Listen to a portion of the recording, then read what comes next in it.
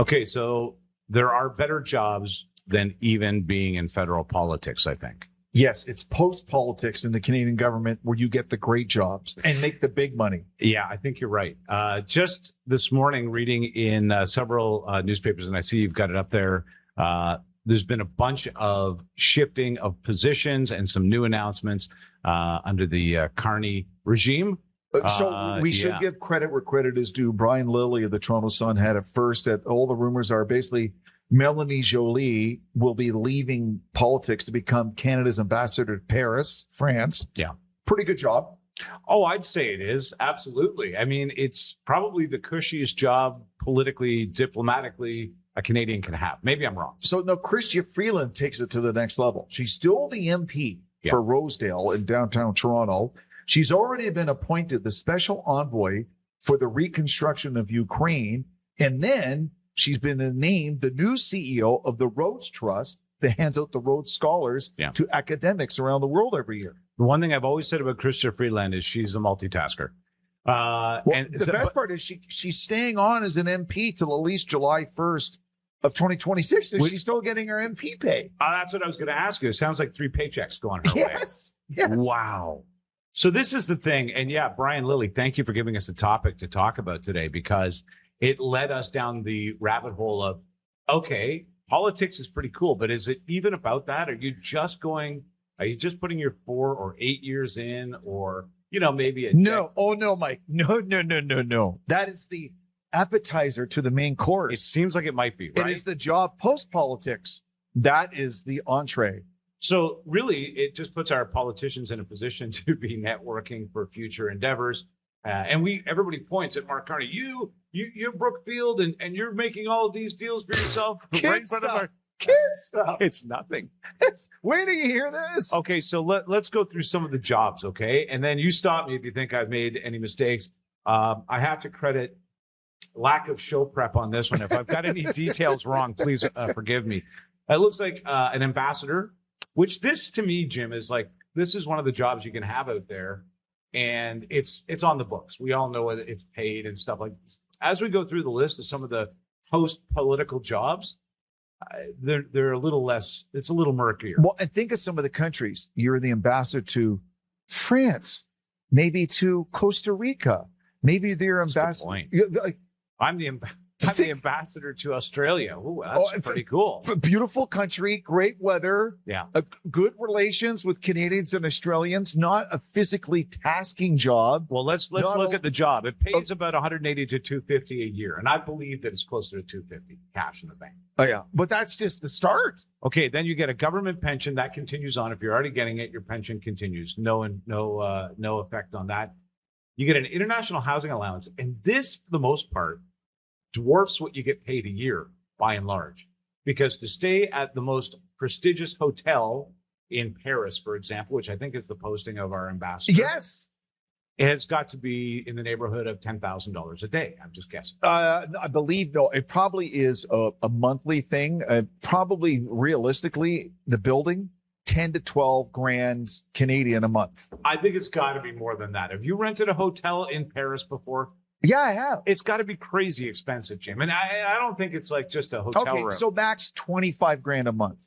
Okay, 25 grand a month is pretty significant. That's more than the salary. Then you get a staff, a driver, and then a cook.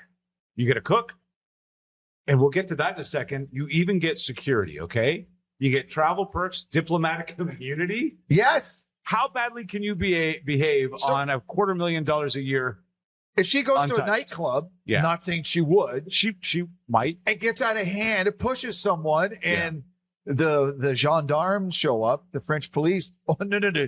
It's like the scene from Lethal Weapon, diplomatic immunity. Take me back to my beautiful hotel in the. Oh, sorry, Madame Joly. Sorry, here you go. I think that I read in the Brian Lilley article there that the accommodations are right down the street from the Royal Palace in Paris, which is a nice neighborhood. We were on a bit of a family tour. It's a spectacular building in the nicest part of downtown Paris. Have you got kids? Well, you can bring them with you. There's an allowance for them. Of course. There's a clothing and school allowance for them to be in a secure private school. Not only that, but let's just say that you're in Paris and you don't like the food. Let's just say you don't like the food. In that case, Jim, explain to us what happens for these people. They need to get the comforts of home after all, don't they? So my father was, God rest his soul, was in the Royal Canadian Air Force. He was ground crew, and 3 or 4 times a year out of CFB Trenton, they have what they call supply flights, and they fly to the Canadian embassies and consulates around the world with pre-packaged pallets of supplies requested. So you are the ambassador to Australia, and you say, I'd really like Smarties, Swiss Chalet, and other Canadian delicacies that you can't get in Australia. Everything else and other needed supplies for the consulate and the embassy and the ambassador are loaded up in a pallet and flown by the Canadian Air Force as they hop around the world to the different embassies, and they deliver it to the embassy. I can see somebody on the Champs-Élysées serving our ambassador. I got tidbits. And here is your chalet sauce. So that's what so a wild happens, job. Yeah. It sounds like the best job on earth, actually. Sorry, I just want to interrupt for a second. Now, I think about our late great ambassador, Ken Taylor, right, who smuggled Americans out of Iran in the height of the revolution and saved their lives. He was an actual hero. Absolutely. Yeah. You don't have to worry about that when you're the ambassador of France living in Paris. You're not smuggling. You're not risking your life every day. No, in fact, you're probably just sticking your head out the door on some Saturday mornings and demanding more crepes. More crepes. Wait a sec. Do I have the fish provençal today? It's a really. I can see this life being amazing. Decision. Oh. Okay, so who gets this job? Former cabinet ministers? Yes.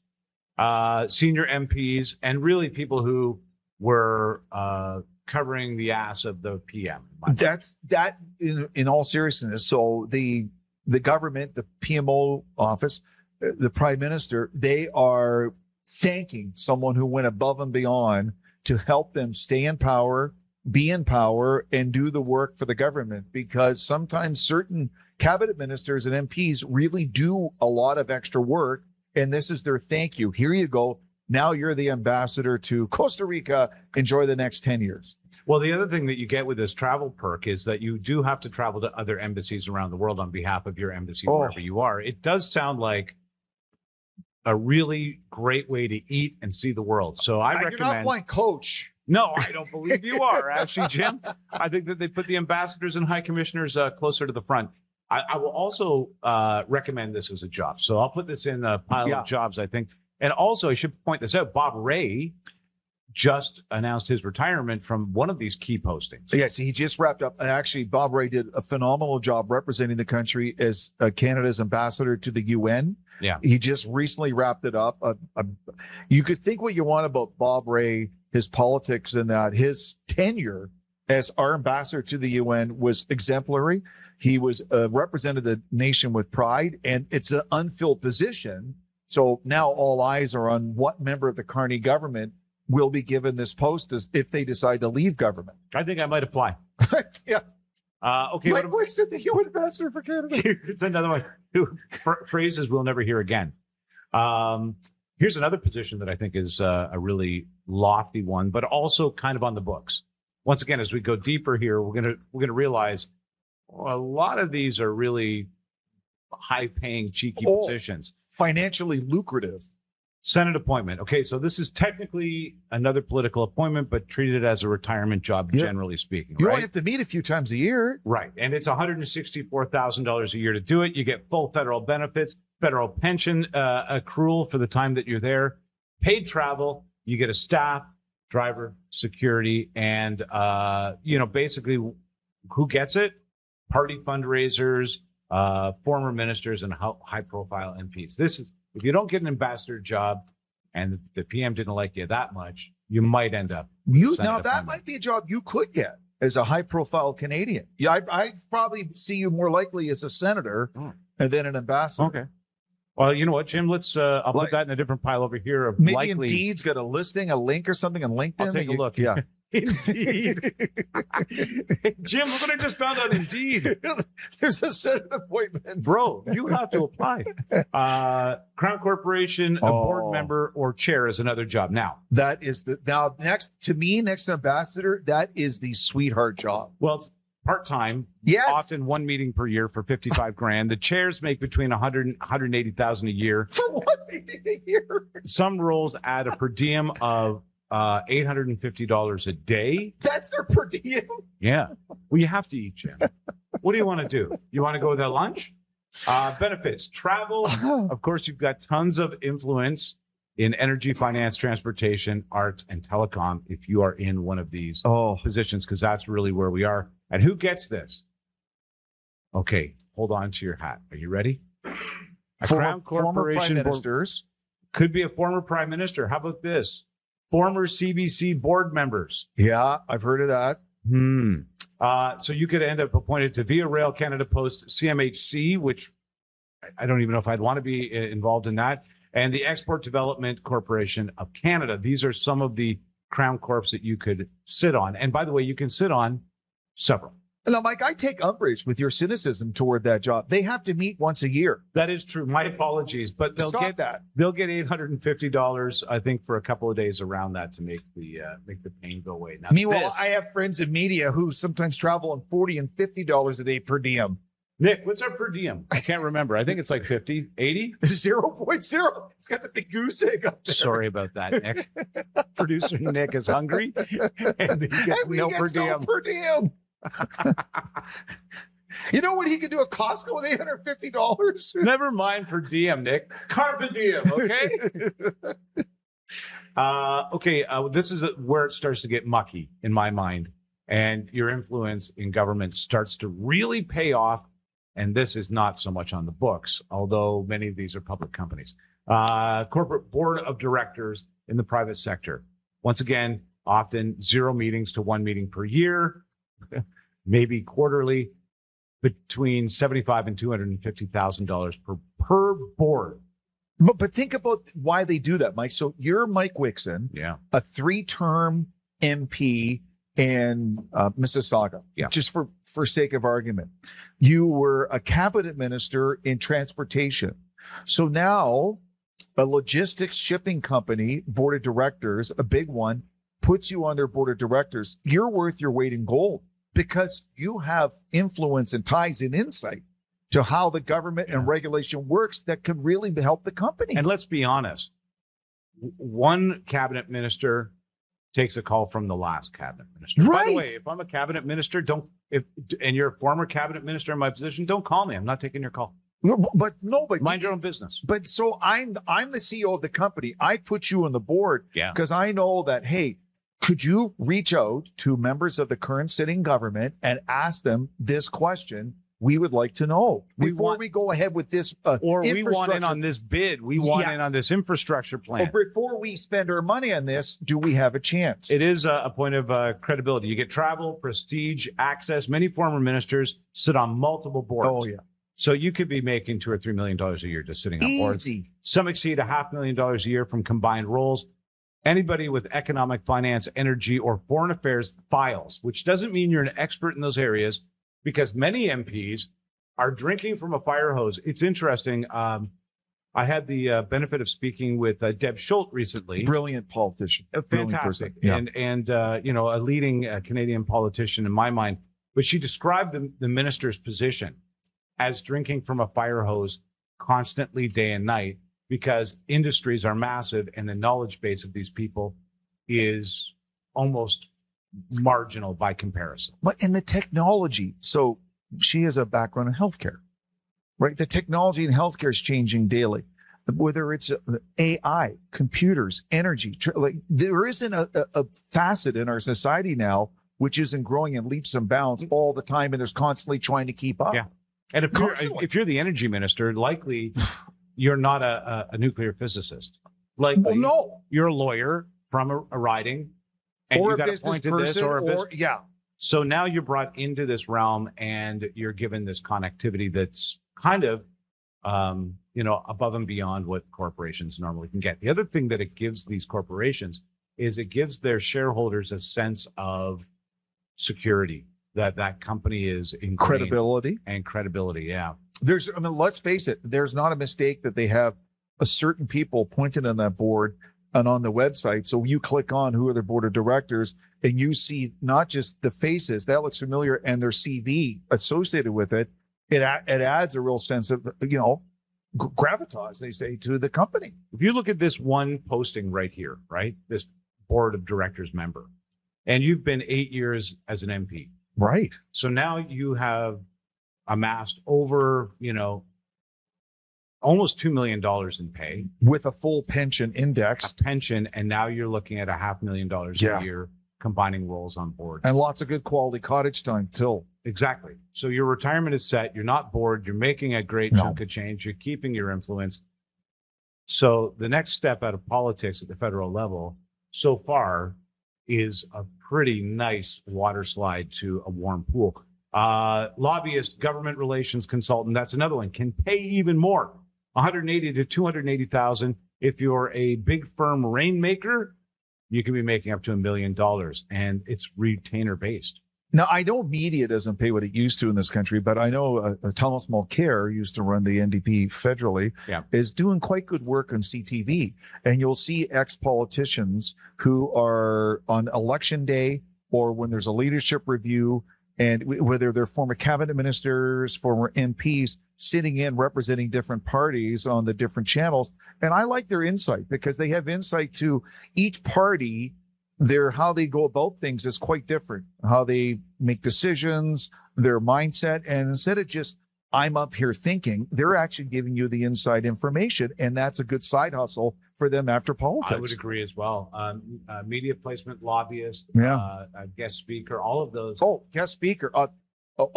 Without question. I mean, in the corporate business world, to have someone who used to be a cabinet minister, say the federal minister of energy, speaking at an oil and gas or a mining convention is big deal. Some of the examples that they put out here as consulting jobs that you might end up with, or a lobbyist job, yes, are the top six: Hill and Knowlton, Earnscliffe, Strategy, Rubicon, and Sussex Strategy. So big names in Canada. MPs across the board tend to get positions with these companies. And really, it's just a matter of knowing the bureaucrats that do the business for those industries. And I'm not going to say his name, but I know an MP who did a one term and decided, it wasn't for me for family reasons, went back into his job before he was an MP. But there is a sacrifice a lot of Canadians don't realize. You're expected to be in the house certain times, and then he's going back home and he's traveling and he's got a family and they can't be there all the time because they're in a certain age in school where there is a bit of a sacrifice. And for a lot of them, they're like, hey, I put the time in as a member of parliament doing what I was asked of by the government. And now I'm going to the next phase of my life. Now, there's a lot of people out here listening and watching right now as Canadians struggling as we get towards the holidays. This makes me scream, actually, in my mind. I know. But unfortunately, that is the world, the way it works. And we see it in American politics where people post online, look at the personal wealth of so-and-so. Yeah. Well, unfortunately, when you're in that level of politics, you have access to different jobs, different positions, different boards. You can't just be a regular person. Okay. And they're not going to Gus the carpenter to sit in the board of directors for ESSO. Well, okay. So now here's another point that, of course, comes up mainly with U.S. news in the last couple of weeks. Okay, they're thinking about putting laws in place now that stop you from using knowledge to, make stock trades. Well, some of them are making massive trades and making huge profits. Okay, so that's wrong. I believe it's wrong. Absolutely, it's wrong. At what point do we draw the line here on this in your mind? I mean, there's no laws and there's no way to get around this. And yes, you're right. Many of these people deserve these jobs. Some don't, some do. Let's be honest. But if you're peddling influence only, that seems a little wrong to me. I'm not sure how you legislate that, Mike. I'll be honest with you. No. Because business and life and everything is relationships and who you know. So no matter what your business is, you've worked at it 10, 15, 20 years. You've developed a network of people that you know. So then you get hired to do things. Oh, hey, Mike, I heard you not doing this anymore. We would like you to do this part-time and we'll pay you that. That happens in every walk of life in the country. No doubt about it. And I do think it is part of the grease that makes the wheels turn. I just wondered to what, like you say, there's no way to legislate. Then there's other honest ways of making a living. Not that these aren't honest ways, but there's very, like you say, more public postings that happen, like get a book deal. A book deal. So public speaking. I've done some writing and done some ghost writing. A lot of them say 10 years. So Judy Wilson-Raybould wrote a book that was very well read. It's an incredible book, by the way. And insight. So sometimes they'll say, hey, I got a book to write. The publishers will rush at them. Hey, we want your story. Yeah. And then they'll hire a ghostwriter to help them assemble everything so they can get it to published as fast as possible so people write it. And I think there is, now that you're a former MP, former cabinet minister, a published author, then that just helps you post politics because you're also going to be part of the podcast and media world. I think that top tier and former MPs are getting like $250,000 a speech. I think you get up to maybe a couple $100,000 advance on a book. And, in Canada, that is big money. No, so but someone like 50 Joly, to 80 grand, maybe. Someone like Jody Wilson-Raybould, for who she was and her story, would have easily got six figures for her book because of her stature. If Justin Trudeau ever decides to write a book, it would probably be $250,000. Under Trudeau, I thought this was interesting. Under Trudeau, Bill Morneau became, he was a former finance minister. Yeah. He ended up on the board of directors at CIBC, one of Canada's biggest banks, of course. And he holds other high value corporate advisory roles. He's well into the six-figure range already, and he's barely out of politics. But let's not forget, Bill Morneau, prior to politics, was a seasoned, established financier professional in the country. True. With deep knowledge and deep contacts in Bay Street and the financial world in Vancouver, Montreal, across the country. And then he gets into politics. Then he becomes a finance minister. So takes it to the next level. He's what we would refer to as a rainmaker, actually. Exactly. Yeah. So for CIBC to bring him on board, to them, that makes a lot of sense. And then the other one, Chrystia Freeland, you mentioned. Yeah. She's hosting several positions. They don't and this is the other thing I thought was a little weird.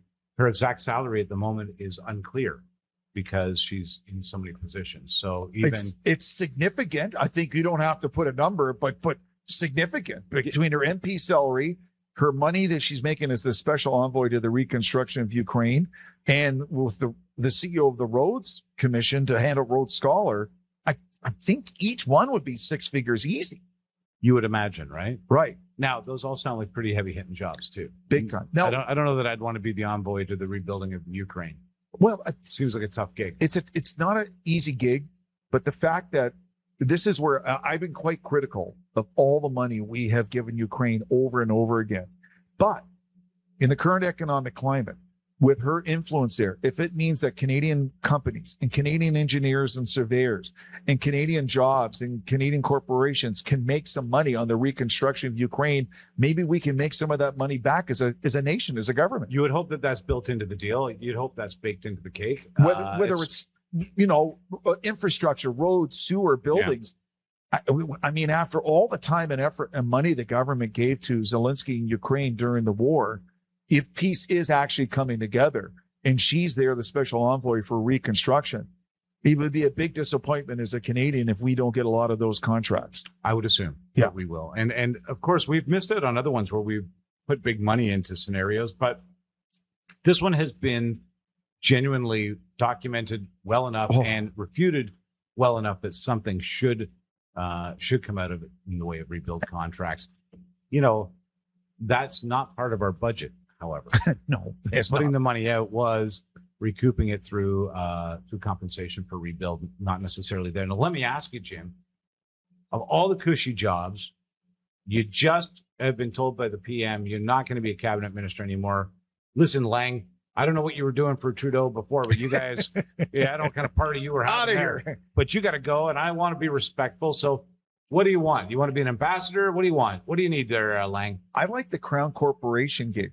Because you only have to work a few days a year, and you're going to get money. And you're what did you say? $850 a day per diem. You want that $850 a day, don't you? Costco, Jim. I've seen you eat lunch. You are not an $850 a day lunch guy. I'm thinking Costco. They've got like the good big what do you call it? The scallop potatoes. You can get I see what you're saying. You're going to stock up for the month. With I got kids coming home for the holidays. It's going to be great. I'll be honest with you, Jim. By the time you've got this job, going to Costco is probably not your number one concern. Although I know you probably still would be. Costco. I think you probably still would. No, but no, in all seriousness, it is a transition in any walk of life. And I don't care what your job is. And, some they actually go back to they go back to medicine. They go back to law. They go back to their previous profession, whatever it is. Some don't. Some go on these board of directors. It's not always fair to me to think that they made that much money, had that much influence, and now they get this job. You're like, you got to be kidding. I'm struggling to pay the bills. But like you say, there's no legislation you could put against it. It would probably push up against moving our economy forward. It's been like this in the country for hundreds of years. I think it has. Yeah. All right. Well, listen, when and what about you? What are you going to take? I'm going to need a reference for you to apply for a Senate appointment. You see, I think Senator Wixson's got a nice ring to it. Oh, I love that. I did want to be Admiral Wixson, but I'll take Senator. These are all good jobs. That is for certain. No. And the influence that comes with them in many cases, it lasts a lifetime. So now, real quick, here's the other big story, the sidebar to that. So if Mélanie Joly is going to become the ambassador to France to live in Paris, by-election. Right. If Chrystia Freeland's going to stop being the MP in Rosedale, by-election. By-election. So now that's an interesting conundrum for Mark Carney and the Liberals, who have such a slim minority and are so close to a majority. All of a sudden, those by-elections coming up in 2026 become extra important. Yeah, I think that he's gambling a couple of chips in those ridings, but I think he feels confident that he'll get them back. I don't know why he feels that confidence necessarily. And I think that a couple of seats, there might be room for.